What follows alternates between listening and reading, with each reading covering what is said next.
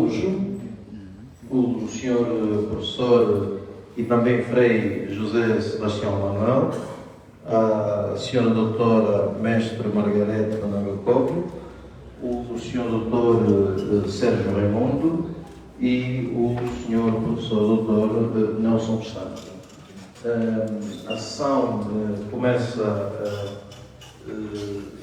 neste momento, reserva-nos a atividade, a abordagem em torno do tema da Constituição Ideal para a República de Angola, o contributo da Academia, e tal como foi comunicação partilhada com todos os nosso público em geral, as pessoas a quem fomos divulgando a informação, nas plataformas habituais e também nos nossos canais normais de comunicação, esta atividade tem uma dupla finalidade. A primeira, celebrar os 14 anos da Constituição da República de Angola, aprovada em 2010, 5 de fevereiro de 2010, na sequência da aprovação do projeto pela Assembleia Nacional e depois do acórdão do Tribunal Constitucional, do 111 de 2010, e nesta altura marcou-se um momento histórico na história de Angola, com a aprovação do nosso documento constitucional, que faz hoje 14 anos. Além disto, a atividade de hoje visa também apresentar as ideias do que virá a ser, depois formalmente apresentado, esperamos que isso ocorra efetivamente em junho, o projeto universitário que tem o mesmo título, portanto, a Constituição Ideal para a República de Angola, e que teremos a oportunidade também aqui de explicar algumas informações relativas a este projeto e perceber também dos nossos participantes, daqui dos nossos membros da mesa, qual é a perspectiva que acham que a Academia pode ter na construção de uma Constituição que responda a todos os desafios e as necessidades concretas da nossa sociedade, sobretudo no campo constitucional. Eu passo então agora a oportunidade para seguirmos com o tempo, já vamos com algum atraso.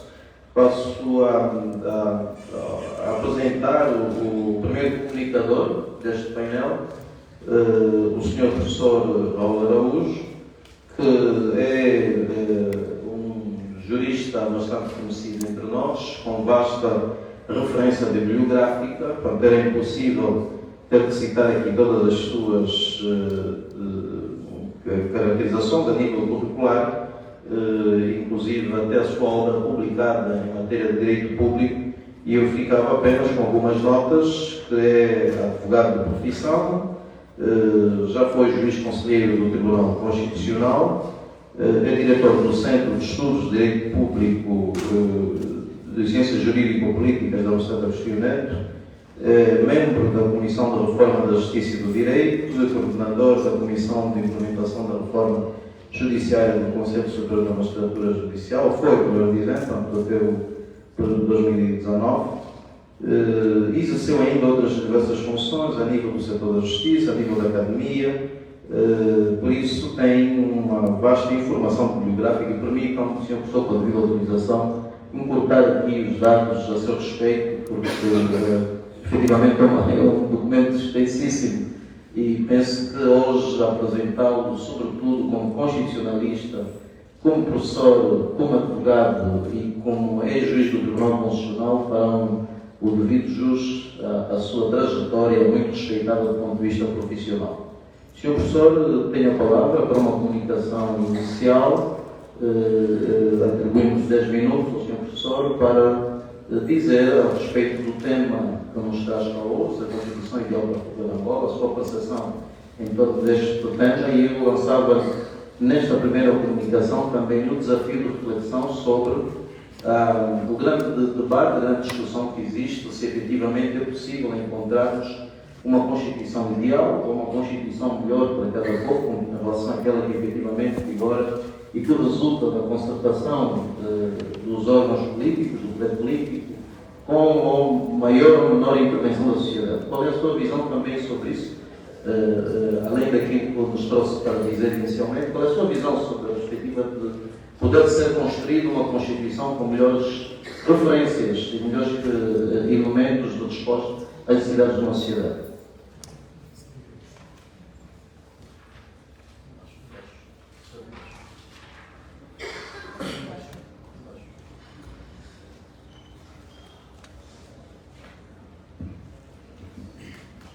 Muito obrigado por ultrapassar essa parte técnica. Eu agradeço o convite que foi feito para aqui estar e o Dr. Leandro sabe que eu normalmente não recuso esse tipo de convites quando é feito numa universidade. Porque há sempre a possibilidade de convívio, contato com estudantes, com jovens e naturalmente, sendo hoje o dia do aniversário da Constituição angolana, aceitei naturalmente aqui estar. Falando sobre a nossa Constituição, começo por dizer que eu acho que não existem Constituições ideais. Portanto, ideal é aquilo que nós pensamos do ponto de vista subjetivo, mas, como dizia um famoso constitucionalista há muitos anos, alemão, Lowenstein, a Constituição é um fato feito à medida. Isto significa que cada país tem a sua própria Constituição, porque ela tem que corresponder a alguns parâmetros. Tem que ver com a realidade sociopolítica, económica e social e cultural de cada país. Portanto, nós podemos agarrar uma Constituição bonita, que funciona muito bem num determinado país, por exemplo, aqui, para não sairmos de longe da Namíbia, da África do Sul ou qualquer outro país, e depois, se quisermos transpor para Angola, naturalmente vamos ter dificuldades. Eu falei em dois exemplos que para nós não são muito relevantes, porque nós gostamos de copiar normalmente tudo do Norte e de Portugal, particularmente. Ali talvez por causa da língua é mais fácil copiar. E como sempre acontece quando se copia, e até estamos numa universidade, sabemos como é que é, porque temos aqui eventualmente alguns profissionais nesta matéria. Às vezes, como podemos cometer alguns erros, e isso vai lembrar de uma prova, o professor, depois de corrigir, começou a ver que havia provas iguais e começou a ter com dificuldades de ver quem tinha copiado. E até que descobriu, afinal, qual era a fonte primária e qual era a cábula. Porque o que calculou numa resposta fez o seguinte: a fonte primária escreveu não sei a resposta e o outro respondeu também não. Foi fácil, resolveu-se a questão. Esse é o problema das cábulas. Isto para dizer o seguinte: quando nós pensamos em constituições ideais, muitas das vezes ficamos com a impressão de que é fácil de nós transcrevermos para a nossa realidade outras realidades. Isso não é possível. Quando nós fazemos uma Constituição, devemos tomar em consideração alguns princípios que são universalmente aceitos hoje, que é a questão do Estado Democrático, do Estado de Direito, a questão da defesa da dignidade da pessoa humana, direitos fundamentais, enfim, um conjunto de princípios que são aceitos hoje pela comunidade internacional, e depois prepararmos a lei de acordo com a nossa realidade. Portanto, isso para dizer que, de facto, a Constituição ideal é muito complicado. A nossa Constituição, segunda questão, a nossa Constituição está em conformidade com a nossa realidade ou não? Essa é uma discussão que se pode ter. Pessoalmente, acho que pelo menos tentou dar. Eu não participei na feitura da Constituição, portanto, sou isenta nesse aspecto. Mas acho que tentou dar resposta a alguns problemas que nós temos. às vezes de uma forma positiva, outras vezes não tanto conseguida, mas se é verdade, eu tenho defendido isso, que é preciso fazer um diagnóstico sério da nossa Constituição, aquilo que os economistas chamam de análise SWOT, porque não utilizarmos esses conceitos também para o direito. E essa análise é vermos quais são os pontos fracos, quais são os pontos fortes, quais os desafios que a nossa Constituição tem, o que é que já fez, o que é necessário melhorar.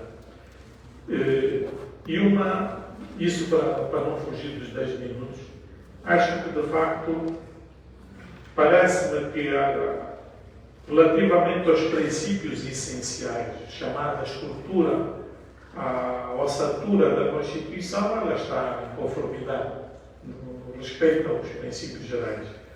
Parece-me que o grande problema está no sistema de governo. Esse é que talvez seja um dos maiores problemas que nós temos, que tem estado a dar uma discussão muito grande, mas vamos depois falar sobre essa questão. Tanto como nota introdutória, espero que não seja a final, o que eu quero dizer.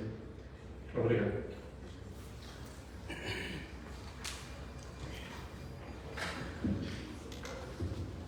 Muito obrigado, Sr. Professor. Tomamos boa nota desta introdução, com respeito ao tempo que foi atribuído, portanto, e ainda estavam mais minutos. Eu passava agora a palavra ao Sr. Dr. José Sebastião Manuel, que é também religioso, conhecido habitualmente como Frei Zeca. O Sr. Dr. José Sebastião Manuel é mestre em Direito Internacional Público, especialista em Direitos Humanos pela London University. Tem como áreas habituais de pesquisa e publicação dos direitos humanos, especialmente no domínio dos direitos económicos, sociais e culturais, a ética, a administração e áreas conexas, bem como a doutrina social da Igreja. Portanto, tem, além da sua atividade religiosa, tem também atividade profissional a nível da investigação, da academia. É diretor do Centro de Ensino e Investigação de Ética aqui na Universidade Católica, é professor e coordenador das cadeiras de Ética a nível desta instituição. Foi cofundador e primeiro diretor-geral da Mosaico Angola e cofundador e membro da OPSA, Observatório Político Social de Angola. Eu passava agora então a palavra ao Sr. Dr. José Sebastião Manuel para os seus 10 minutos iniciais e eu, na perspectiva da sua área de intervenção e formação, eu perguntava-lhe exatamente qual é a sua perspectiva, nem claramente, algo que pudesse inicialmente responder à sua intervenção inicial, que lançava também o desafio de ser algumas considerações sobre a compreensão que tem sobre a estrutura dos direitos económicos, sociais e culturais em Angola, e, em particular, o problema concreto das tarefas fundamentais dos Estados relativos ao combate à pobreza. Portanto, se acha que a Constituição, por exemplo, está adequada e se ela corresponde efetivamente aos verdadeiros desafios do combate à pobreza e exclusão social e, eventualmente, até a possibilidade da aprovação de medidas extraordinárias de solidariedade social e repartição da riqueza. Perguntava quando lançava este desafio na sua comunicação inicial.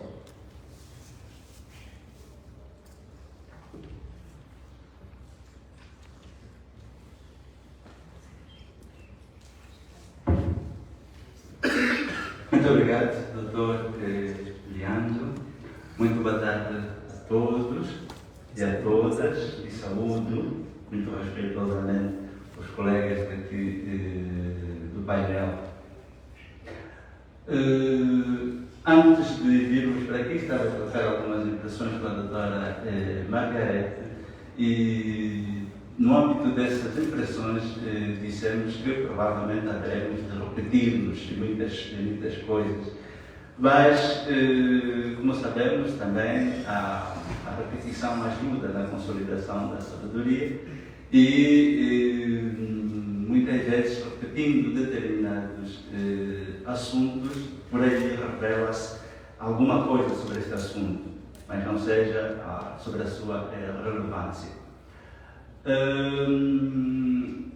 O debate lançado é sobre a Constituição Ideal, e neste aspecto deixai-me começar por dar parabéns à equipa da Universidade Católica de Angola, que pensou neste tema algo ousado, mas que me parece também necessário.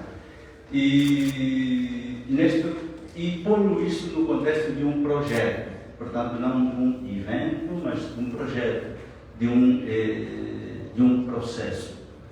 E, sendo no quadro da academia, muito espero que venham a ser produzidos textos, trabalhos de investigação, o mais profundos possível, mais isentos possível, não elevados de conflitos de interesse, porque quando falamos muitas vezes da Constituição da República de Angola, pelo menos em relação a alguns aspectos, vem logo ao de cima interesses político-partidários, e é uma carga emotiva muitas vezes muito grande, que chega até a criar uma certa instabilidade, pelo menos emocional, da parte das pessoas, se quisermos mesmo da sociedade em geral. Portanto, neste contexto será bom suficiente calma, suficiente ponderação, estudo profundo mesmo. E eu até lançaria sobre ela, não poderei eventualmente reivindicar direitos de autor. Estou a falar da ideia de um projeto de observatório da Constituição, um pouco como dizia o doutor Raul, a respeito da necessidade de estudar. Portanto, um observatório relativamente aos direitos económicos, sociais e culturais. Estando a preparar um tema à volta disso, ligado à Constituição, me parece algo muito interessante da Corte Constitucional no México, que foi reconhecer um rio como sujeito de direitos. Um rio como sujeito de direitos. E justamente no âmbito de direitos económicos, sociais e culturais, em particular, direito à habitação, direito a um ambiente saudável, direito a meios de vida proporcionados através da terra, através daquela zona. E estou a falar do México, portanto,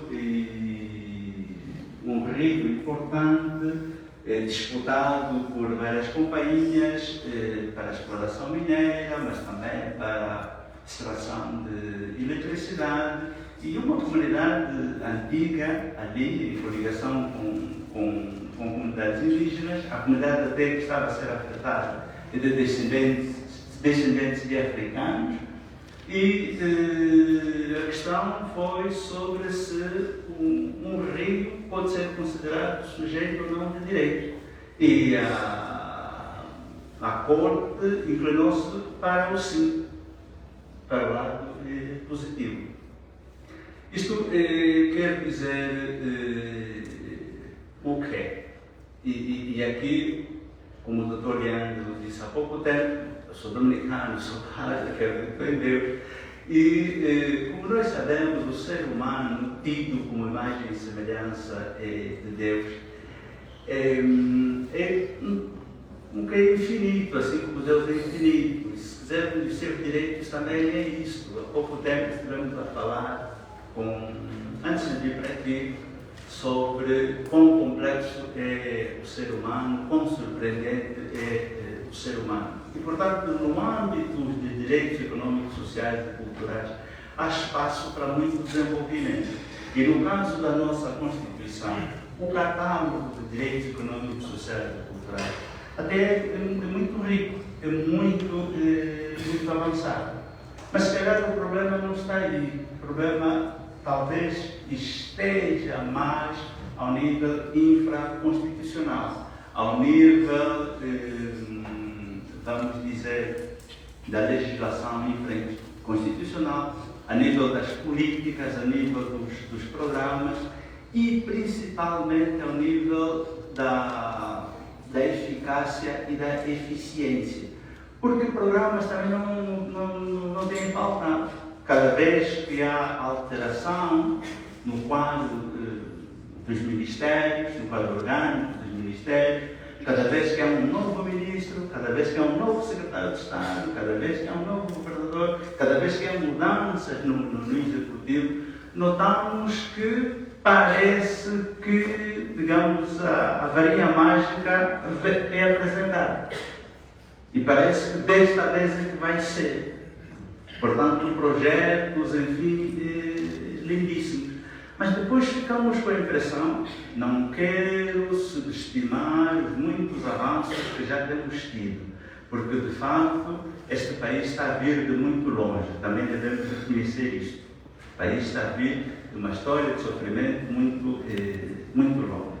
Entretanto, avaliando tudo isto, tendo como critérios, por um lado, a eficácia, por outro lado, a eficiência, podemos facilmente chegar à conclusão, e aqui abro um parênteses também, pode haver distinção entre realidade e percepção.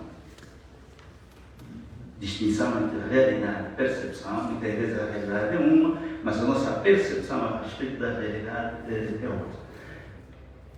Ficando nós com, digamos assim, ao menos com a ideia de que é apenas percepção, que a realidade é diferente e que é apenas percepção, então, neste sentido, a nossa percepção em relação aos direitos económicos, sociais e culturais é que muita coisa poderia ter sido alcançada.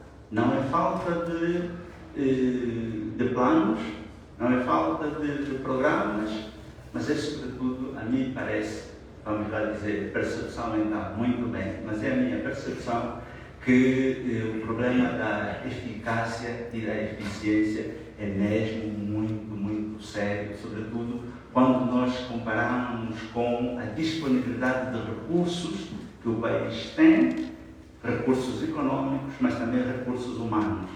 A pirâmide etária nossa, a nossa juventude, é capaz de muito mais. Portanto, para concluir esta fase, Dr. Leandro, e como disse, a oportunidade de lá mais para frente interagir um pouco mais. O catálogo de direitos da Constituição até é aceitável, está muito avançado. Acho sim que é importante abrir espaço para a abertura, para a possibilidade de novos direitos. Daí eu ter avançado com o exemplo do reconhecimento da personalidade jurídica a um rei, tratado como sujeito de direitos, mas gostava de pôr o acento justamente na questão da eficácia e da eficiência, porque o plano teórico só não basta. Obrigado.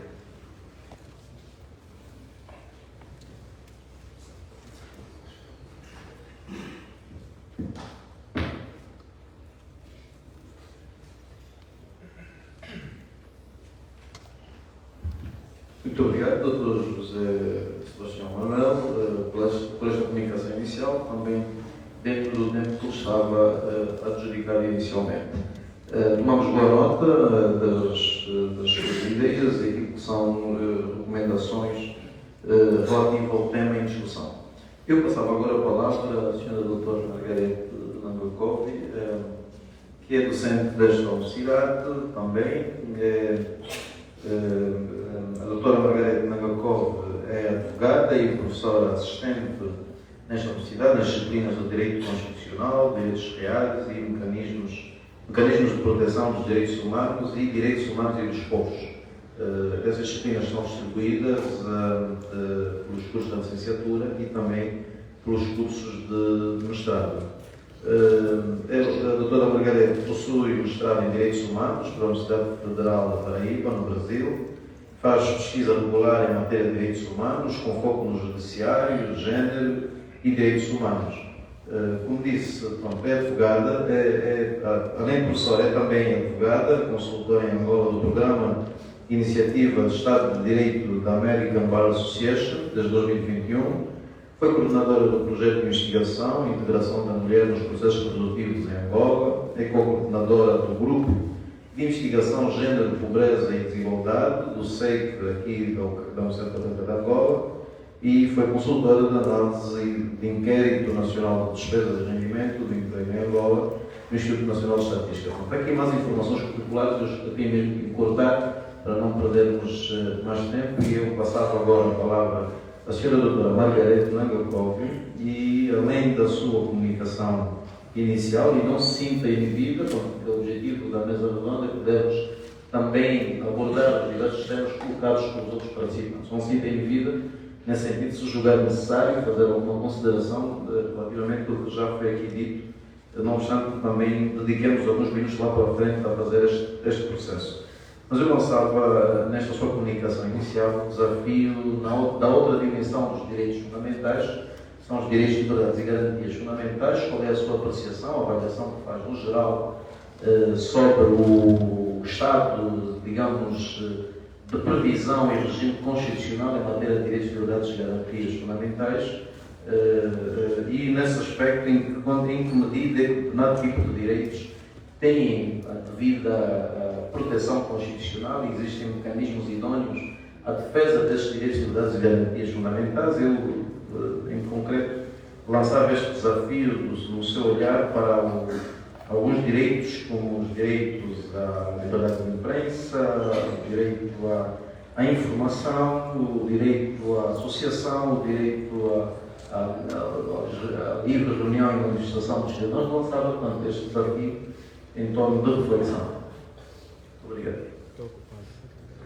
Obrigada, Dr. Leandro. Boa tarde a todos e a todas. Eu, de facto, tinha preparado uma apresentação e eu vou, em parte, extrair, digamos assim, algumas notas introdutórias desta apresentação. Eu acho que criou-se aqui uma boa oportunidade para refletirmos, seja do ponto de vista teórico, como do ponto de vista normativo, o conceito de Constituição Ideal. Como a maior parte da sala deve estar informada, porque a maior parte da sala é jurista, não é? O conceito da Constituição é estudado em sede da teoria da Constituição, não é? Que é uma Constituição, qual é a função da Constituição, o seu papel, como é que as Constituições se classificam. Então, hoje, acho que também estamos aqui para fazer esse exercício teórico, académico, que é relevante. A segunda nota que eu ia fazer é que essa discussão, ela não é nova, não é? No contexto da Angola, talvez, mas já houve uma discussão idêntica no século XIX e no século XX na Alemanha. E esse seria o meu substrato teórico. Foi um debate entre Ferdinand Lassalle, um jurista político do Partido Social Democrata Alemão, e Konrad Hess, que também era um jurista, depois se tornou juiz, né? Foi o primeiro, acho que, juiz-presidente do Tribunal Constitucional Alemão, e, portanto, Ferdinand Lassalle, no século XIX, ia dar uma conferência, penso aos membros do seu partido, onde se propôs discutir isso mesmo.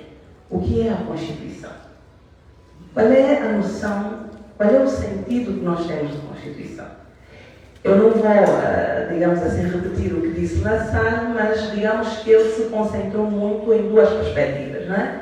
Há uma Constituição jurídica, que é o texto, e uma Constituição não jurídica, o que ele chamou aquela que resulta da interação dos fatores reais do poder.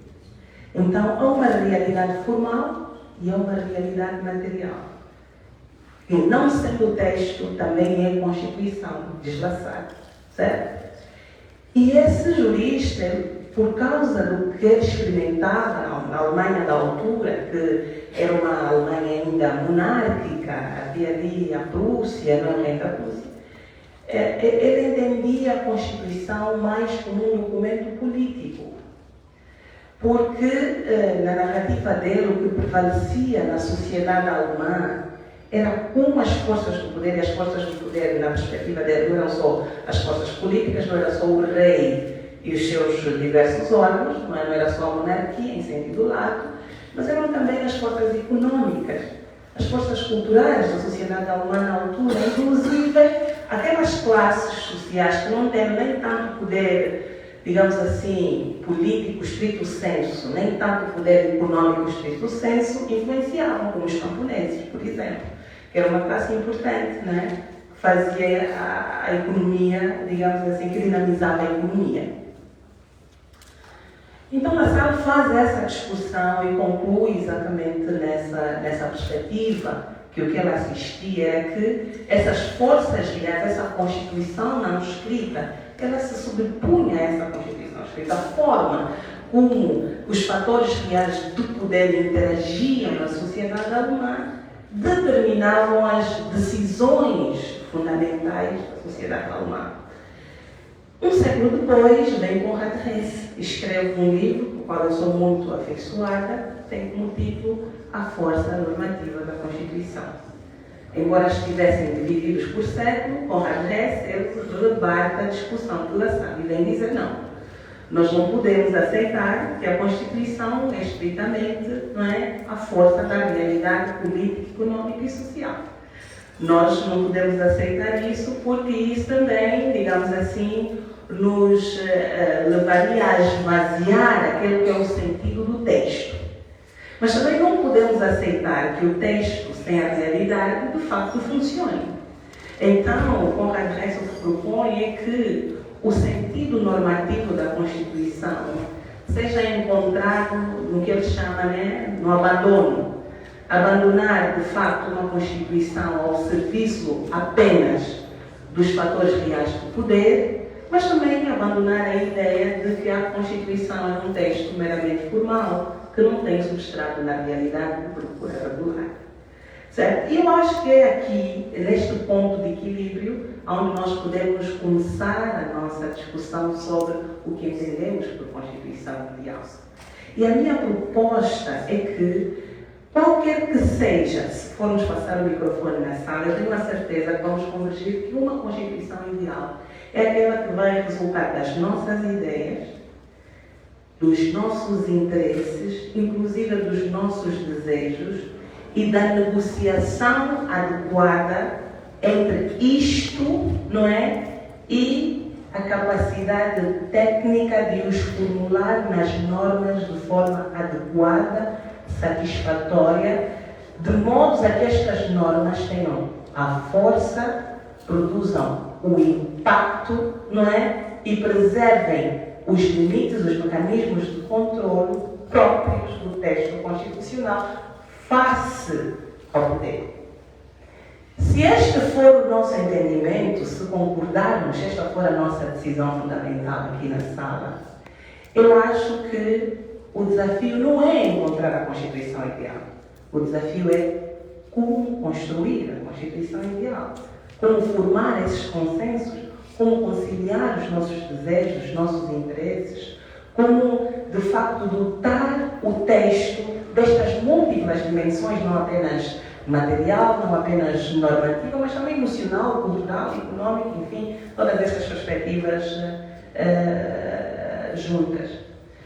E nessa discussão, eu penso que fica implícito e explícito que nós estamos a discutir norma formal e realidade, certo? Então, a Constituição e realidade. No contexto da Angola, discutir Constituição e realidade é resumir em uma única formulação: poder e direito. Como o poder se relaciona com o direito em Angola?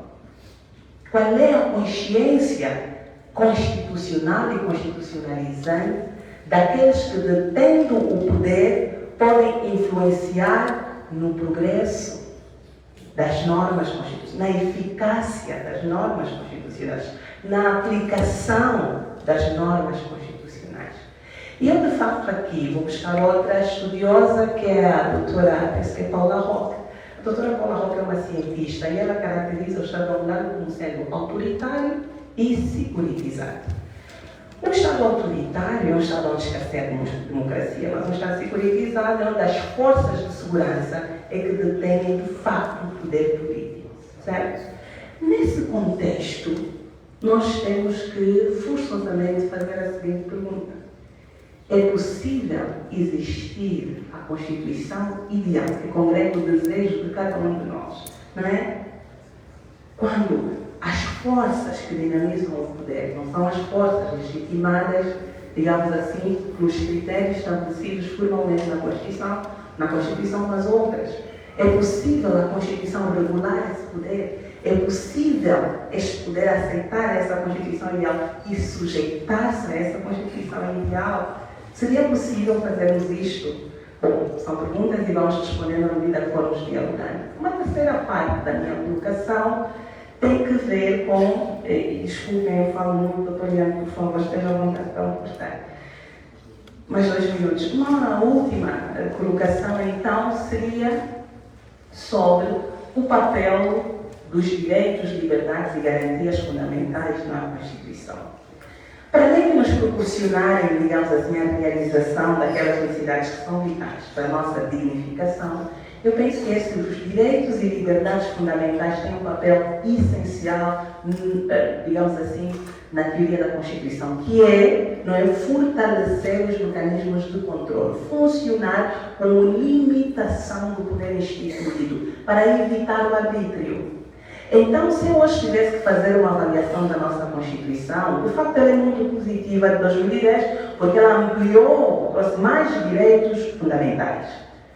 Mas ela não traz mais garantias para estes direitos, não traz mais proteção. Seja do ponto de vista do texto, por exemplo, numa altura em que nós temos violações arbitrárias sucessivas contra o direito de manifestação, que é na hora que a polícia aparece e prende, não temos na Constituição um instituto constitucional que se chama desobediência civil, que permitiria aos manifestantes fazerem uma resistência pacífica na proteção do seu direito e fazerem um exercício legítimo do seu direito, estando reunidos os pressupostos para exercer a liberdade de reunião e de manifestação. Esse é um aspecto. O outro aspecto, eu acho, que, em relação às garantias, tem que ver como as instituições de proteção não funcionam para garantir esses direitos. Os tribunais, a própria administração pública, no contencioso administrativo, a garantia dos particulares, como vários mecanismos nos estão a mudar. Só com um outro exemplo, já mesmo para terminar, a violência contra a mulher. Hoje uma mulher é violentada vai à esquadra, não é? Às vezes até já o comandante, já mesmo o comandante da esquadra diz assim: olha, vá lá, resolva com o seu marido, mesmo que ela pareça ensanguentada, não vá lá, resolva com o seu marido. Às vezes é falta de treinamento, outras vezes é falta de diretivas específicas, mas aí está, não há proteção. Então nós temos uma dimensão formal dos instrumentos garantísticos, mas depois também temos uma dimensão prática de como as instituições de facto têm provisões para acomodar, para tratar e para enfrentar as situações de violação, até prevenir violações de direitos, liberdades e garantias fundamentais. Muito obrigada.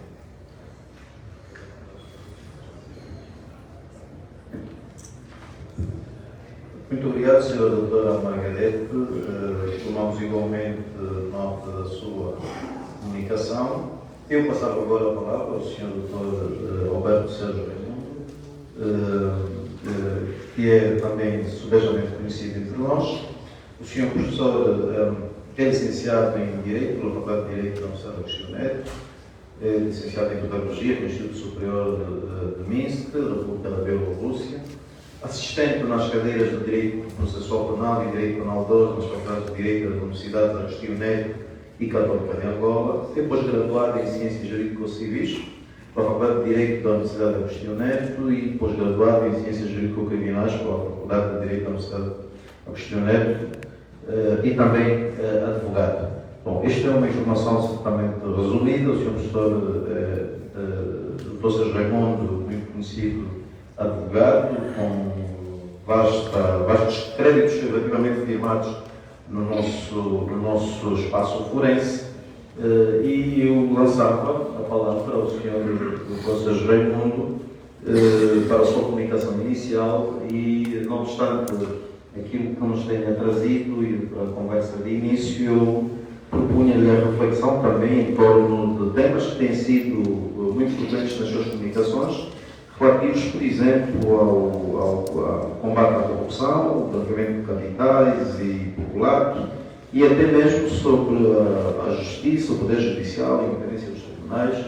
Eu perguntava, do seu ponto de vista, se essa Constituição responde efetivamente àqueles que são os verdadeiros desafios colocados ao país sobre essas matérias, se a Constituição está à altura disto, ou se, pelo contrário, a sua visão será exatamente diferente e com a devida explicação em torno desta matéria. Tenho a palavra do Sr. Doutor, em 10 minutos.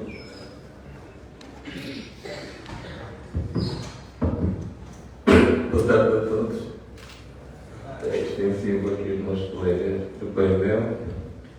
Em primeiro lugar, eu quero agradecer o convite e, em segundo lugar, subscrever quase tudo o quanto foi aqui dito. O Dr. Raul disse muito bem que não existem constituições ideais, não é? Existem sim modelos de referência, todos nós passamos pela caminha do direito que conhecemos, que é o sistema presidencial, semipresidencial, parlamentar. São modelos que depois devem ser adaptados à realidade de cada país. Daí a razão de ter dito o professor Raul que cada país, cada fato a sua medida, não é? Relativamente às questões que me colocam, eu penso que tudo começa justamente na observância daquilo que são as características de um Estado democrático de direito. E resumidamente, todos conhecemos, o Estado democrático de direito caracteriza-se pela separação de poderes, o respeito pela dignidade da pessoa humana, o respeito pelos direitos, liberdades e garantias fundamentais do cidadão. A doutora Margareta acabou de dizer bem que nós, e o Freire também falou disso, nós temos um catálogo de direitos e liberdades e garantias fundamentais dos melhores, do primeiro mundo. E então a questão que se coloca é, mas se nós temos um catálogo tão bom de direitos, liberdades e garantias fundamentais, o que é que nos falta para que esses direitos se afirmem efetivamente na vida de cada um de nós e no dia a dia? E o problema coloca-se justamente na organização e funcionamento das instituições do Estado que devem garantir, a doutora Margareta indiretamente acabou por tocar nisso, e isto serve para responder às questões que me colocaram no âmbito do combate à corrupção, pecular e outros crimes de natureza económica que têm estado na base do fraco desenvolvimento do nosso país, da dificuldade do processo de desenvolvimento do nosso país, e eu diria que o problema está justamente na separação de poderes, primeiro. Segundo, em função da quase inexistência dessa separação de poderes, a falta de independência dos tribunais e dos órgãos judiciais no seu todo, o que, até certo ponto, e nos dias de hoje, não estou aqui a inventar nada, nem sequer a descobrir o novo caminho marítimo para a Índia, toda a gente sabe que muita gente não acredita naquilo que se chama hoje de combate à corrupção em Angola. E não acreditam justamente por mau funcionamento das instituições que devem garantir a realização efetiva da justiça. E digo isto porquê? Porque eu, pelo menos, sou apologista de que essa Constituição não é tão má como aparenta. Existem coisas positivas. Há quem defenda um novo poder constituído, isto é, discussão e aprovação de uma nova Constituição. Eu não sou apologista desta tese. A minha tese é de que devemos, assim, continuar a discutir, aprofundar, através de um debate sério, inclusivo e abrangente, para que, como disse a doutora Margareta muito bem, a Constituição tem que ser uma lei de consenso, que contemple os interesses de cada um dos grupos sociais e classe existentes no nosso país. Eu não sou apologista da unanimidade, mas sou defensor do consenso. O consenso não é sinónimo de unanimidade. E para isso, impõe-se uma revisão profunda e não como aquela que nós tivemos em 2021. E quando me refiro a uma revisão profunda, é justamente para, por um lado, e porque Angola vem numa guerra fratricida de quase mais de 30 anos, nós temos um processo de reconciliação que nem sequer vai a meio.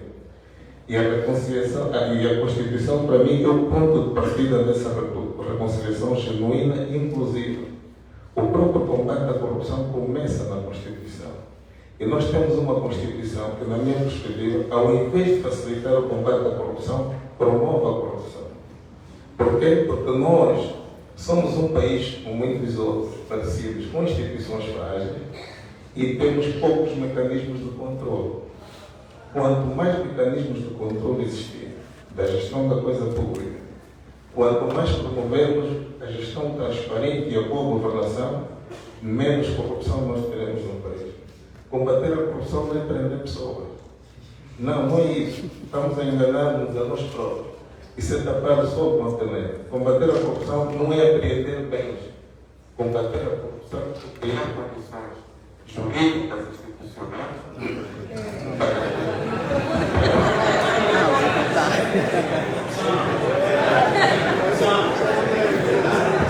É criar condições jurídicas institucionais para que haja menos corrupção. A corrupção não acaba, assim como a criminalidade não acaba. É inerente à vida dos homens em sociedade. Eu lembro, em tempos na CIAS, houve uma mesa redonda promovida pela JPB e a Rádio Inglesa, e veio um irmão nosso de Moçambique que dizia: essa expressão não é correta, combater a criminalidade. Não há combater a criminalidade. Combater a criminalidade é combater o próprio homem enquanto ser social. O que tem que se fazer é reduzir e controlar a criminalidade. E para isso é preciso criar condições objetivas, jurídicas, materiais e institucionais. Isto passa pela separação de poderes, em primeiro lugar, ter tribunais independentes, e para isso eu entendo que deveríamos também discutir o modelo ou o sistema de governo. Eu não sou contra o atual sistema de governo. Podemos continuar com o sistema presidencial, mas é preciso afinar os mecanismos de controle. Mas eu, pessoalmente, sou mais defensor de um modelo, de um sistema de governo semipresidencial. Eu entendo que para países como os nossos, onde as instituições são frágeis, a concentração de poderes numa pessoa põe em causa, dificulta o desenvolvimento e a consolidação e a afirmação das instituições democráticas. Porquê? Porque todos nós temos paixões, temos simpatias, temos antipatias. Todos nós temos o coração do lado esquerdo, ninguém tem o coração do lado direito. E, portanto, nós agimos em função dos nossos interesses, dos nossos pensamentos, das nossas paixões, das nossas simpatias e antipatias. Não vale a pena pensar que um é melhor que o outro. Porque há muita gente aqui embaixo que critica, mas quando chegam lá em cima fazem pior do que aqueles que lá estavam. Tudo porquê? Porque as instituições não estão consolidadas, os mecanismos de controle não funcionam, os tribunais não são independentes, os órgãos judiciais não são independentes. Então é aquilo que se diz hoje, a justiça é seletiva, porque eu tenho paixão. Eu olho para o cunhado, meu amigo, cometeu não, esse não. Olho para a Margarida, não gosto dela, prendem esse. E os tribunais, por falta de independência, não conseguem olhar para o processo com imparcialidade e dizer assim: não, esta é inocência. A Procuradoria não tem autonomia para perseguir e dizer assim: não, a essa denúncia vamos investigar amanhã, independentemente de ser amigo de quem está à frente do país. Não há essa autonomia. Nós temos exemplo do Brasil, do Procurador-Geral da República, há processos crimes contra pessoas que estão em exercício de funções, até o próprio Presidente, o Temer, enquanto Presidente do Brasil, tem um processo em curso. A outra questão é a interferência do poder político no poder judicial, através da nomeação dos poder decisório. Eu penso também que deveríamos começar a refletir sobre isso. E há modelos que nos podem ajudar a melhorar isso. O modelo brasileiro, por exemplo, o poder é partilhado para a eleição dos juízes. O presidente pode indicar, mas isto tem que passar pelo Parlamento, numa espécie de sabatina. E eles depois vão aprovar ou não. Se acharem que ele não serve, o presidente tem que arranjar outra proposta. A nível do Tribunal Supremo, em vez de ser o presidente a nomear o presidente do Tribunal Supremo, o Brasil, por exemplo, a presidência rotativa, entre pares. Isso dá maior independência ao Poder Judicial. O nosso sistema não está mal. O que está mal no sistema é o presidente escolher entre 3 mais votados. Porque se fosse a classe a votar só e o presidente conformar-se com o resultado da votação, não haveria problema nenhum. Porque era a vontade da classe refletida naquela eleição. Acho que vamos botar o tempo, os outros falaram mais tempo, não falem também.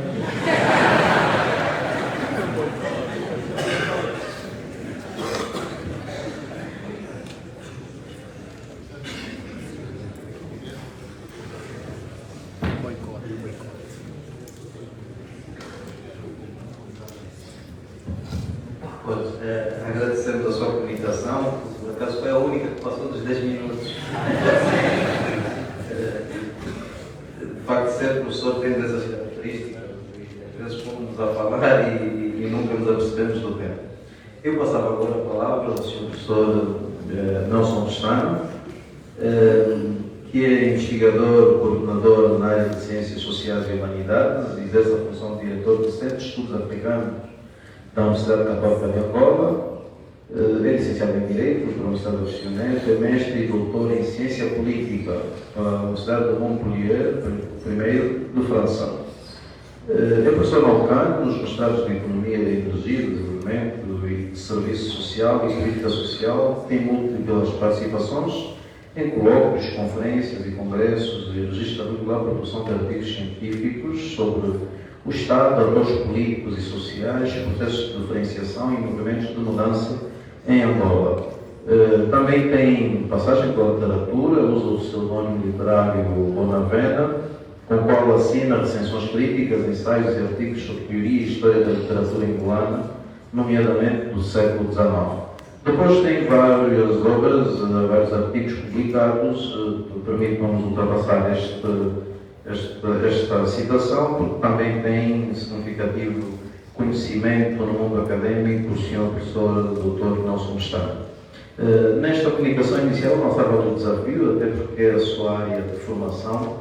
Qual é a percepção que tem do ponto de vista constitucional? Acha que ela responde, faz um retrato fiel daquilo que deve corresponder à relação entre as diversas estruturas, digamos, da sociedade, da política, forças políticas, e aquelas que deviam, a partir de ser as ambições ou preocupações de uma nação, se elas estão devidamente equacionadas no texto constitucional, e se ela programa adequadamente o futuro do país, no que toca a esta relação entre as diversas estruturas e meios da nossa sociedade, diríamos, sociedade, forças políticas, Estado, poder público. Acha que esta Constituição responde adequadamente a este domínio? Tenha a palavra, Sr. Doutor.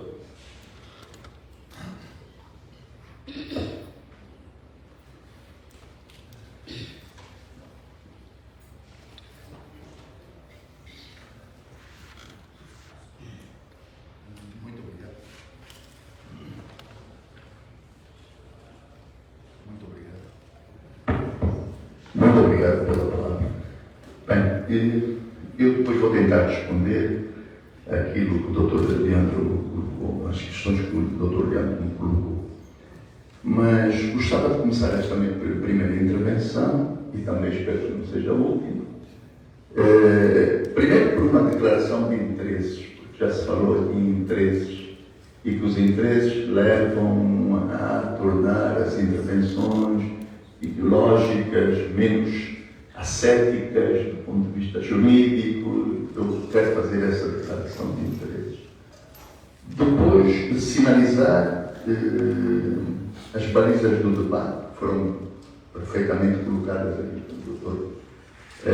Leandro, e já que, e falando do projeto académico, num terceiro momento. Então, a declaração de interesses, para fazer curto, dado o tempo que corre, é que eu sempre, desde sempre, me opus a esta Constituição.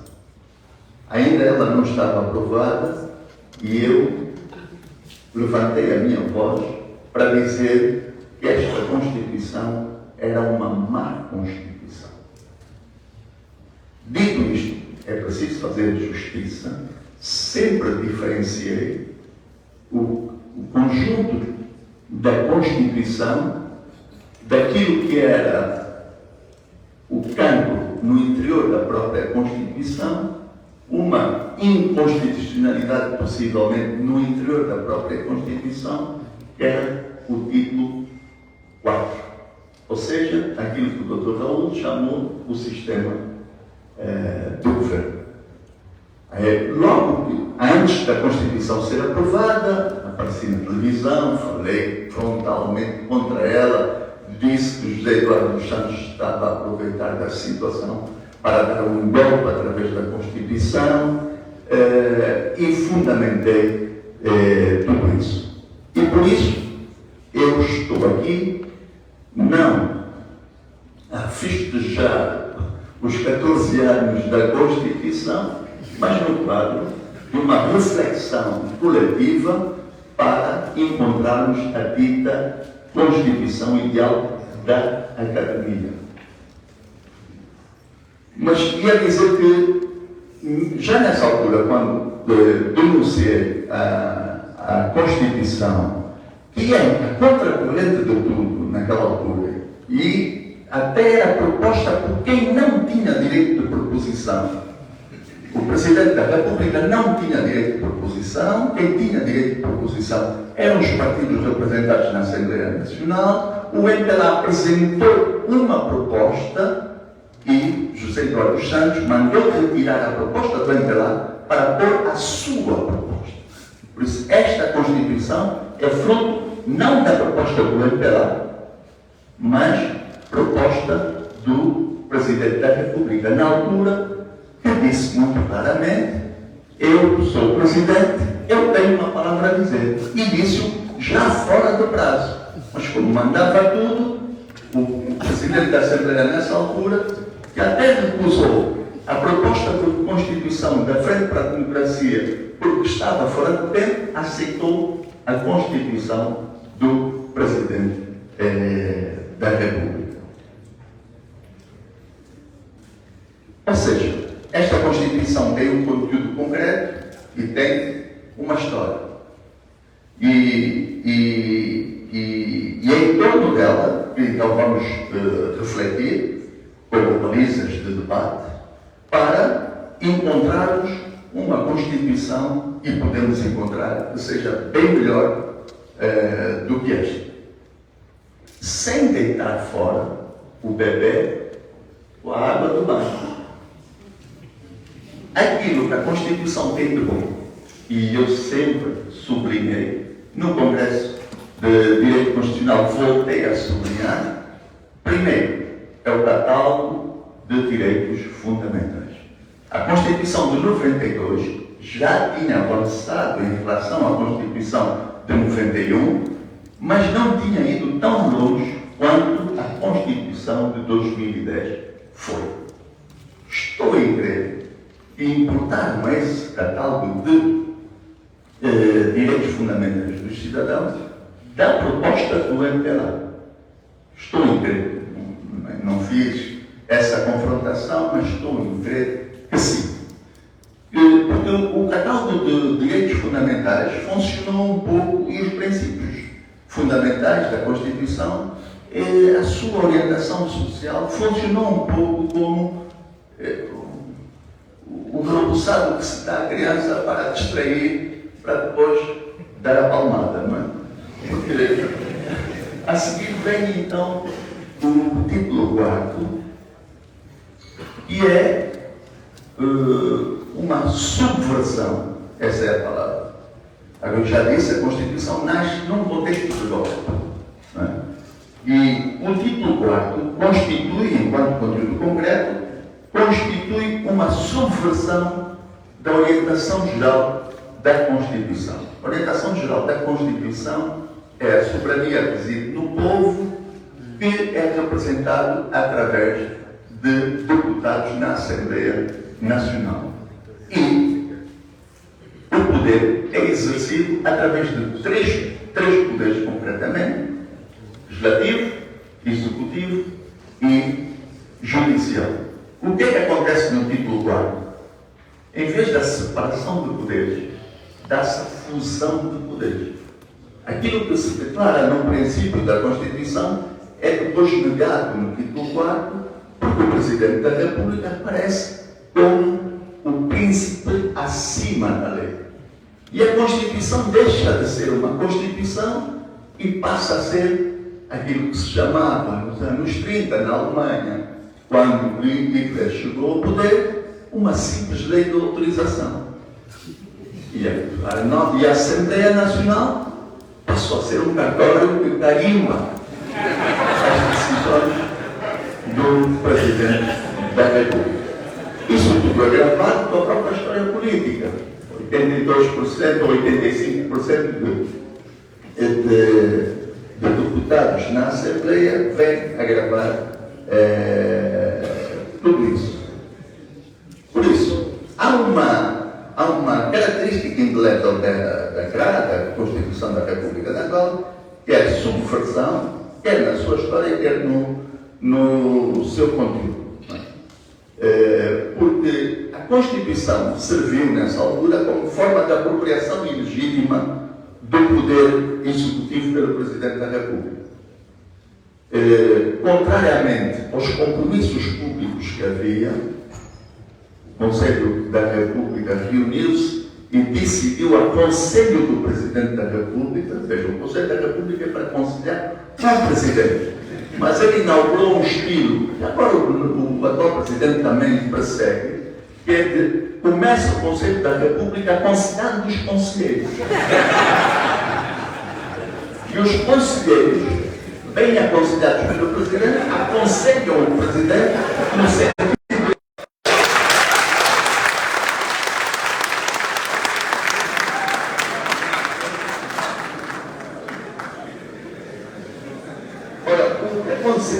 O que aconteceu é que em fins de 2006, o Presidente convoca um Conselho da República, aconselha os conselheiros depois aconselham o Presidente a convocar eleições legislativas e presidenciais separadas. Legislativas para 2008 e presidenciais em 2009, logo a seguir. Acontecem as eleições legislativas de 2008, o MPLA, com a batota monumental que fizeram, ganha as eleições e constitui governo.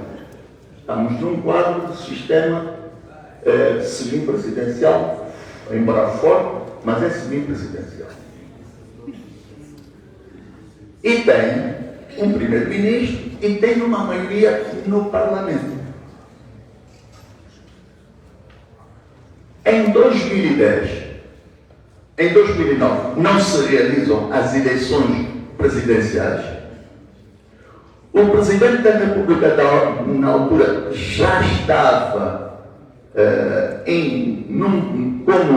sem legitimidade, não tinha legitimidade absolutamente nenhuma, porque já tinha esgotado os 15 anos que a Constituição de 1992 permitiam a um cidadão exercer o cargo de Presidente da República, mas faz uma Constituição à medida, e o problema é sempre saber à medida de quem.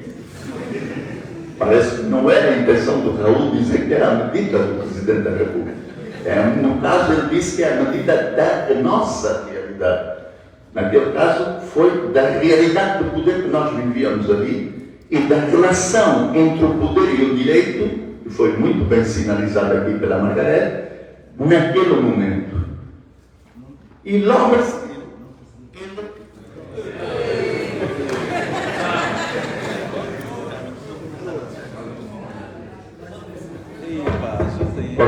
e logo a seguir, ele toma o poder.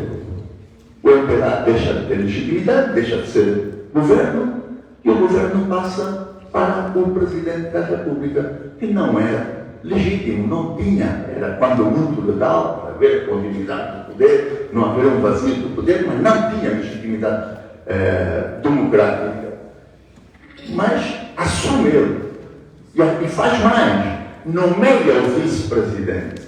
É claro que ficou nas disposições transitórias, ainda lá está, não sei porquê, não limparam essa agora na divisão de 21, podiam ter limpo, há coisas que estão aí que não servem mais para nada.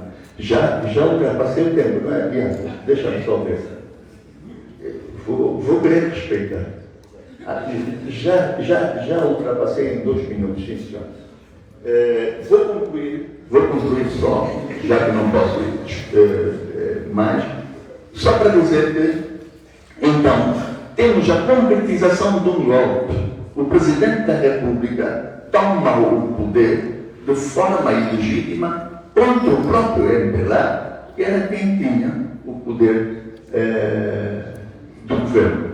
Bem, ele já tinha exonerado o Marcolino Mocco também contra a maioria parlamentar e sem consultar a maioria parlamentar. Mas isso é outra conversa. Este tipo de reflexão, só para terminar, este tipo de reflexão, independentemente do incômodo que possa trazer para algumas pessoas, da alegria que possa trazer para outras, nós temos que fazer, nós temos que saber de onde é que viemos e para onde é que vamos. E por isso temos que iluminar o nosso caminho para chegarmos à Constituição ideal.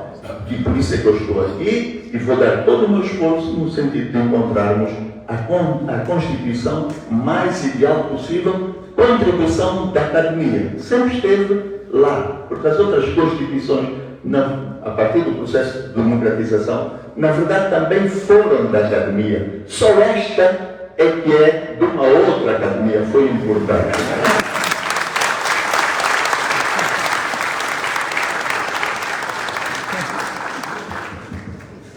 Muito obrigado pela sua comunicação, Dr. Nelson Pestana.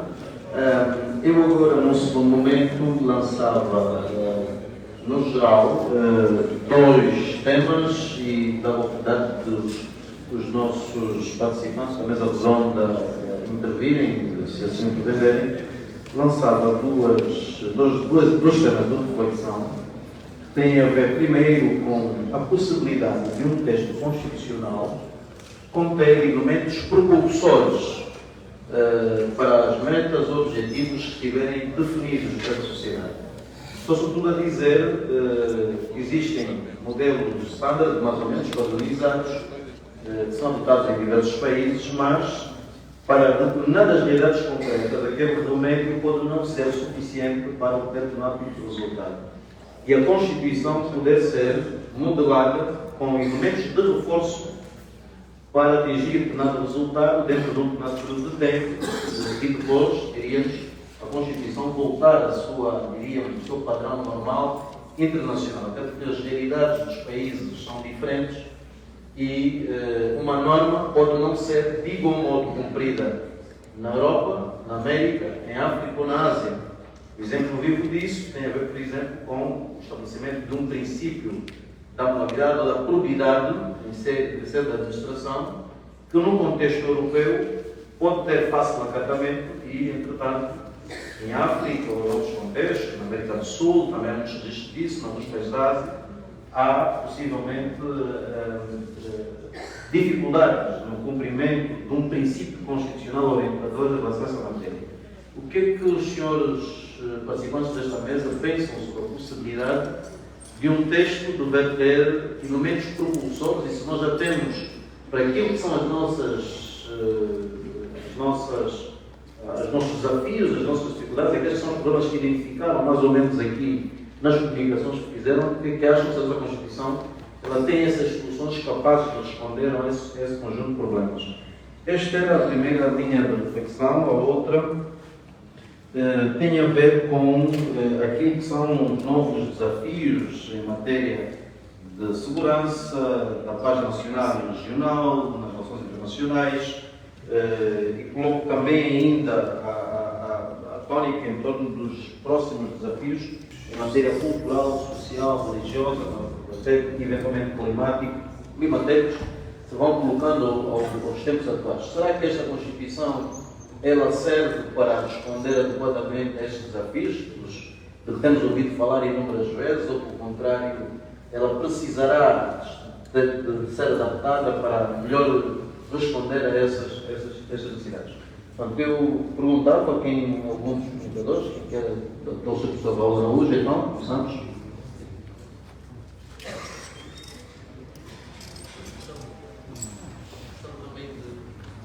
Gostava também de sinalizar que estejam à vontade para eventual reação àquilo que foi aqui dito ou responder a alguma comunicação anterior. Estejam à vontade.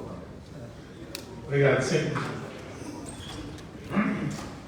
Claro que nas várias intervenções feitas, começo por aí. Há questões com quais eu concordo e há outras que não concordo em absoluto. E não queria transformar isso numa discussão política, que não é esse o objetivo. Eu e o Nelson já nos conhecemos há muitos anos, até dizem que somos primos, não sei. Mas as pessoas aqui de Mandaçadas são parentes. Mas há várias questões que ele disse que eu não concordo, mas já andamos nessa discordância há tantos anos que não vale a pena estarmos aqui. E já começaram, porque nós fomos colegas de turma da faculdade, né? E de discussão política antes. Portanto, é normal que nós estejamos de acordo, mas não deixamos de ser amigos por causa disso. Uma coisa não tem nada a ver com. Mas, indo para o que interessa, a mim parece-me, queria referir o seguinte: eu acho que, de facto, a nossa Constituição tem aspectos que devem ser revistos, mas não numa perspectiva qualquer, numa perspectiva de vermos quais são aqueles aspectos que estão a condicionar o funcionamento da Constituição. Entrando concretamente para o sistema, digamos, de organização do Estado, do sistema político. Já aqui foi dito que um dos problemas, e acho que foi o Nelson que referiu, que um dos grandes problemas é a falta do equilíbrio, não, acho que foi o Sérgio Ramos, a questão do equilíbrio, o sistema de equilíbrio de poderes. De facto, a nossa Constituição está bastante desequilibrada. A revisão constitucional, nos limites da Constituição atualmente existente, colocou algumas nuances no sentido do Parlamento poder fazer chamamos assim, uma fiscalização indireta, um acompanhamento indireto. É suficiente? Acho que não. De facto, um dos grandes problemas é que, e como dizia o pai da separação de poderes, o Montesquieu e antes John Locke, as pessoas são os homens, a pessoa humana. Hoje, quando se fala em homens, as mulheres não aceitam. Esse conceito de homens que já está subentendido nas mulheres, isso era vocabulário antigo. Agora é a pessoa humana. As pessoas, com essa coisa partimos um bocado, as pessoas entendem que, de facto, os sistemas têm que ter, a pessoa humana é tentada normalmente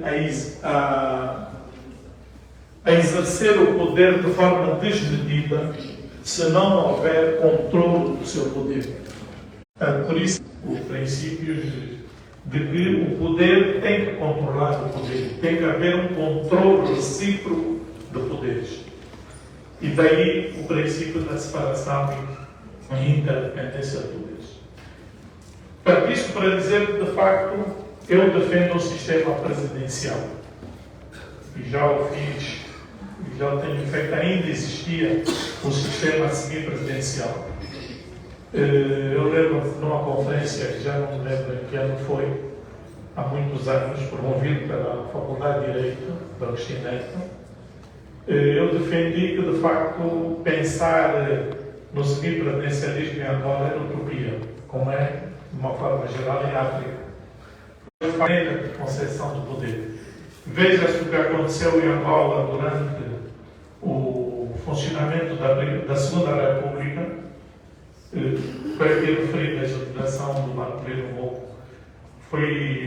Não foi dito, mas a forma como foi generado na altura o primeiro-ministro França Bandone, e poderíamos continuar a ver. Veja-se o que é que está a acontecer na Guiné-Bissau, que é um escândalo o que está a passar naquele país, infelizmente. E ninguém diz nada sobre.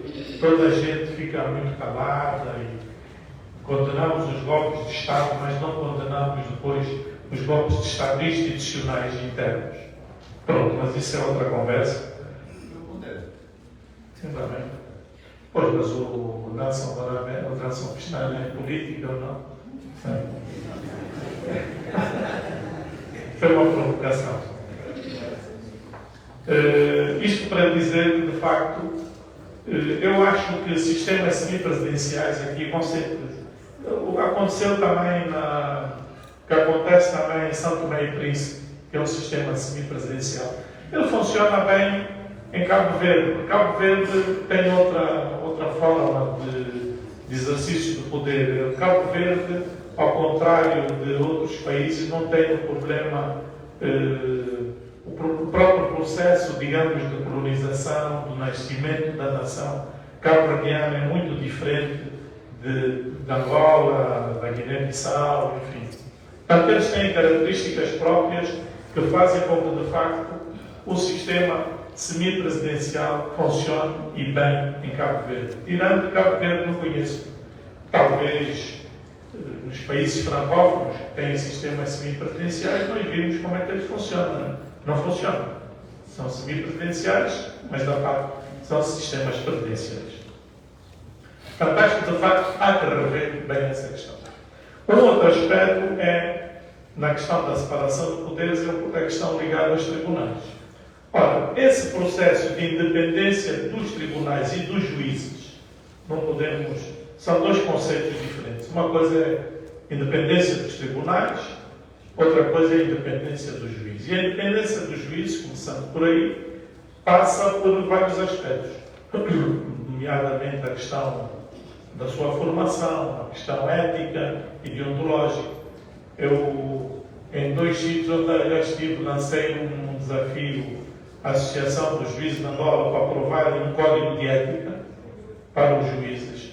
Acho que um dos problemas que nós temos aqui é um problema de ética profissional. As pessoas agem como se não houvesse regras, agem como se entendem que ser juiz ou procurador, com devido respeito,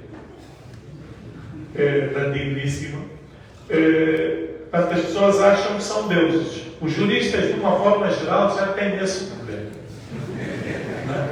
Eu tenho dito isso muitas vezes. Os juristas, independentemente do sítio onde estão, eles não acham que são deuses. Têm a certeza absoluta. Não, em todo o sítio. O jurista, cada um é o sol. E tudo anda à volta dele. Não é? E para mesmo haver que são muitos juristas juntos. Nós temos um dos problemas que nós temos aqui na magistratura é a questão da ética, a questão da. Enfim, todos esses aspectos da deontologia profissional, a questão da formação adequada e isto tem a ver com uma formação cada vez permanente. Vários processos têm sido feitos no sentido de se tentar melhorar o sistema. Infelizmente estão a andar mais lentos do que deveriam. Se nós tivéssemos aprovado o novo Estatuto dos Magistrados Judiciais e também o Estatuto dos Magistrados do Ministério Público, muitos desses problemas estariam resolvidos. Se nós tivéssemos aprovado as propostas feitas no sentido da formação permanente dos juízes, dos procuradores, muitos problemas nós teríamos resolvido. Portanto, só para dizer que a independência e depois, claro, a questão financeira. Ninguém é independente se estiver na dependência financeira, se não tiver dinheiro. Portanto, se o juiz vai decidir, como se diz, um processo de milhões, sabe que o advogado vai ganhar e ele não vai ganhar nada. E quem diz o juiz, diz o procurador. Quem vai decidir é o juiz, o procurador participa no processo. E se vai se sentir tentado a ser parte do processo. Não a decidir, mas a ser parte.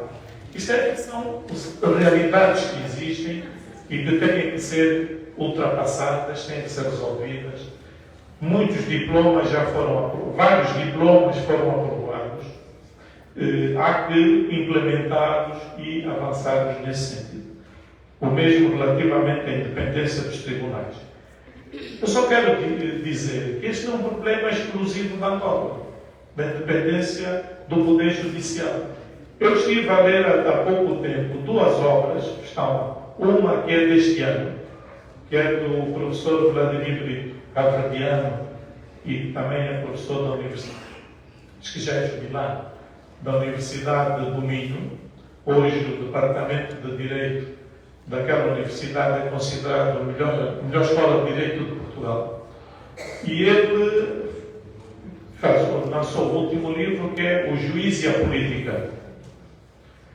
E ele faz de facto, uma análise histórica sobre todo esse processo da política, dos juízes e da evolução, para concluir que, de facto, como diz também o professor Eduardo Vera Cruz, e hoje em Portugal a conclusão deles é que os juízes não são efetivamente independentes, e o Poder Judicial. Os juízes são funcionários do Estado e agem como funcionários do Estado, respeitando-se, claro, o princípio da sua independência funcional.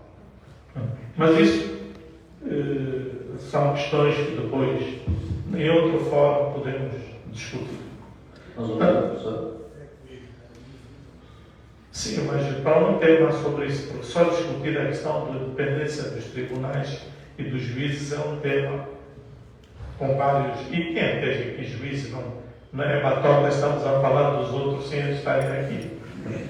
Isso, né? Deve perceber. Né? Pelo menos eu não gosto que falem de mim quando eu não estiver presente. Mas se quiserem também podem falar, não tem problema.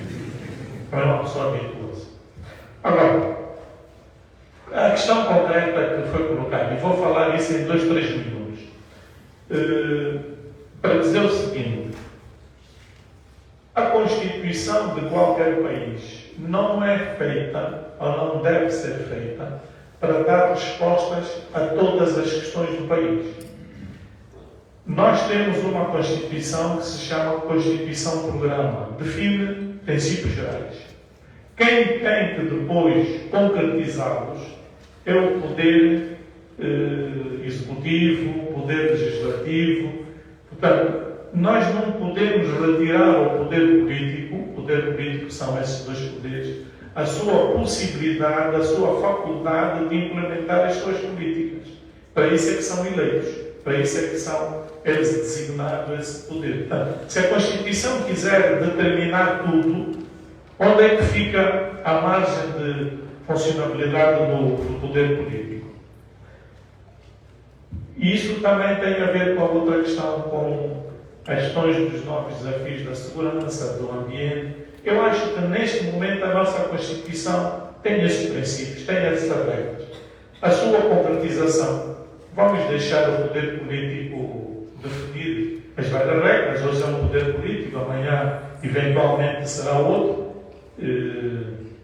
Mas tem que haver essa possibilidade, de facto, de não nos termos a tentação de amarrar o poder, a Constituição a tudo e pôr a fazer. Porque senão depois entramos na instabilidade da Constituição. Cada vez que muda o poder político, quer mudar a Constituição. Projeto. Obrigado, Sr. Professor. Mais participantes?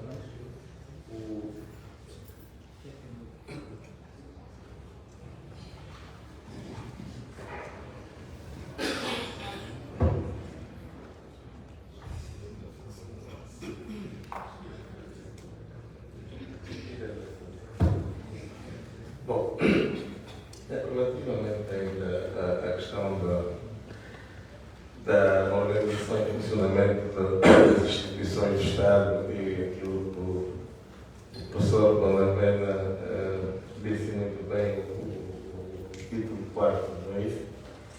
Para mim é aí onde reside o problema. Eu estou plenamente de acordo a respeito da opinião do professor Raul quando diz que defende o presidencialismo. Eu também não tenho nada contra isso. Agora, eu acho que é preciso afinar, se quisermos manter o presidencialismo, temos que afinar os mecanismos de controle da gestão da coisa pública. Por isso é que eu disse aqui que o combate à corrupção tem que começar pela Constituição, através do quê? Da criação de mecanismos de controle. Desde logo, a própria lei da probidade deve ser alterada. Eu não estou a ver como combater a corrupção. Quando a lei da probidade pública diz que você declara numa folha no envelope fechado. Quer dizer, eu não estou a dizer que se publica no Jornal da Moda.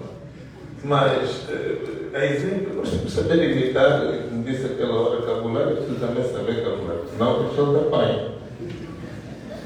Em Portugal, por exemplo, eles têm um site do governo onde qualquer cidadão interessado em saber o que o Dr. Sérgio Raimundo tem se eventualmente vier assumir uma função pública, vai naquele site, põe o nome do Sérgio Raimundo e vai aparecer o que ele tem. Nós temos que ter isso é um mecanismo de transparência. A outra questão do presidencialismo, do sistema presidencial que temos que afinar, é que não pode ser. Eu não vejo bem um país como o nosso, com instituições frágeis, em que o poder executivo tem natureza singular. É só uma pessoa. Ele é que determina tudo. E por isso que eu defendo um pouco aqui. Temos que ser um bocado ousados também. Pensar também que o semipresidencialismo, o semipresidencial, só promove a confusão. Não é bem verdade. Deu o exemplo de Cabo Verde. Cabo Verde tem a sua própria história, mas também não podemos esquecer que temos muitos pontos históricos em comum. Cabo Verde teve um regime de partido único, como teve Angola, com o PIGC, depois passou para o PICV, depois é que veio a democracia e surgiram outros partidos, mas eles adaptaram-se, criaram uma cultura democrática. E hoje, em termos de democracia, se tivéssemos fazer uma classificação a nível de espalhou, Cabo Verde ocupa a primeira posição, Angola está na última posição. Porque nós nem sequer ainda temos o poder autárquico em Angola, que é uma forma de manifestação da democracia, da chamada democracia participativa. Instituições que estão formalmente consagradas na Constituição desde 92, mas movido cerca de 32 anos, nós estamos a pensar no modelo da autarquia que vamos ter em muito tempo.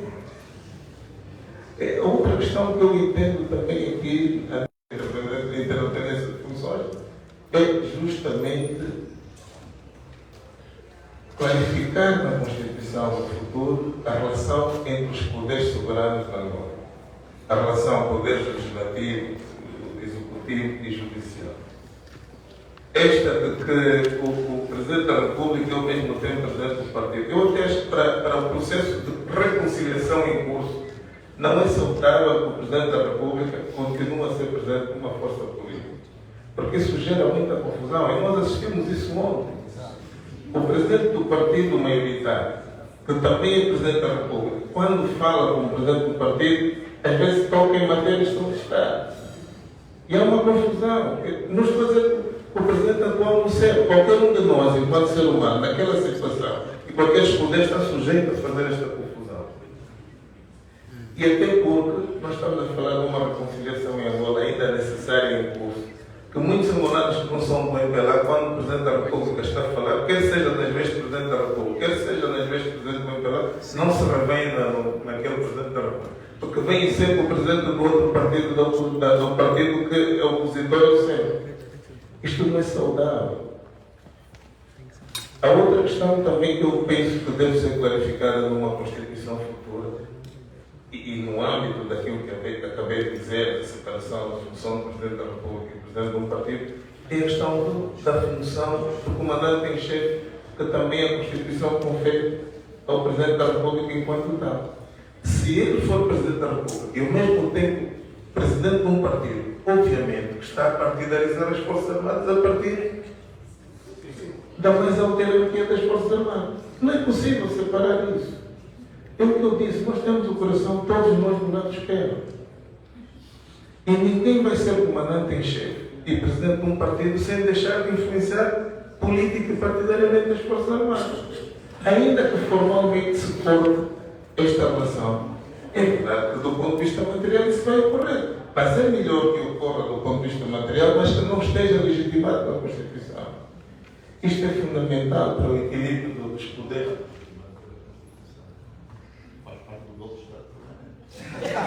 Não, também, vamos lá depois daqui. Não, também, vamos. A outra questão que eu acho que também deve ser levada em consideração é o modo de eleição do Presidente da República. Eu acho que houve um retrocesso da democracia em Angola quando se alterou, e a quem diga que não se alterou, eu continuo a dizer, há uma alteração substancial no modo de eleição. Aliás, o povo angolano perdeu o direito adquirido de escolher quem deve conduzir o destino da nação como chefe de Estado. Porque em 92 todos nós fomos chamados à Isola, pelo menos eu estava lá, e escolhemos os deputados pela lista dos partidos, escolhemos os candidatos a Presidente da República. E o que nós assistimos na Constituição de 2010 é um imposto. Porque o 106 continua a dizer que o Presidente da República é eleito de forma direta, periódica, por sufrágio universal, direito, periódico e secreto, mas o 109 vai dizer assim, é Presidente da República o número 1 da lista que for eleito. Quer dizer, então estamos a confirmar dos limites materiais da Constituição de 92, mais concretamente do artigo 57 e 150, que dizia que esses limites materiais não deveriam ser alterados na elaboração da Constituição futura. E foram alterados. E continuam lá escrito isso. E foram alterados. Por isso é que às vezes digo, as pessoas acham que eu sou do contra. Não, não é ser do contra. Nós temos que pensar agora. Mais do que pensar partido, temos que pensar agora. Todos nós aqui, em regra, nascemos primeiro angolanos. E só depois de atingirmos a maioridade é que optamos por uma força política para militar. Portanto, primeiro temos que ser angolanos, depois militares do partido. E se nós continuarmos a pensar primeiro o partido e depois Angola, este país nunca vai a lado nenhum. E este é o grande problema que nós estamos a ver. Temos que ter coragem de discutir abertamente que Angola é que nós queremos para todos, independentemente da sua convicção política, religiosa, a origem tribal. Porque se nós começarmos a olharmos um para os outros sempre com desconfiança, como até agora, isso é do contra. E quando a venda não fala bem esse assunto, o país não avança. Cabo Verde ultrapassou isso, é um grande exemplo. Eles têm debates políticos acesos, mas colocam a nacionalidade cabo-verdiana em primeiro lugar. Eu tenho dito que Cabo Verde é o exemplo mais acabado do patriotismo em África, porque é um povo que aceita, que emigra, para ir buscar riqueza para trazer para o seu país. Mas Angola faz o contrário, nós tiramos daqui para levar para fora e atrasamos o desenvolvimento do próprio nosso país. Vocês viram agora no futebol, Cabo Verde foi um exemplo em termos de organização. Nós que temos a mania de que somos especiais, temos ouro, petróleo, temos diamante, não conseguimos fazer metade daquilo que eles fazem com o pouco que têm. Porque o problema da riqueza não é ter muito, é a racionalização, a utilização racional dos recursos. Enquanto nós continuamos a esbanjar como esbanjamos neste país, despesas sem qualidade, prioridades distorcidas, vocês podem ter bilhões de barris de petróleo, o país vai continuar a afundar-se.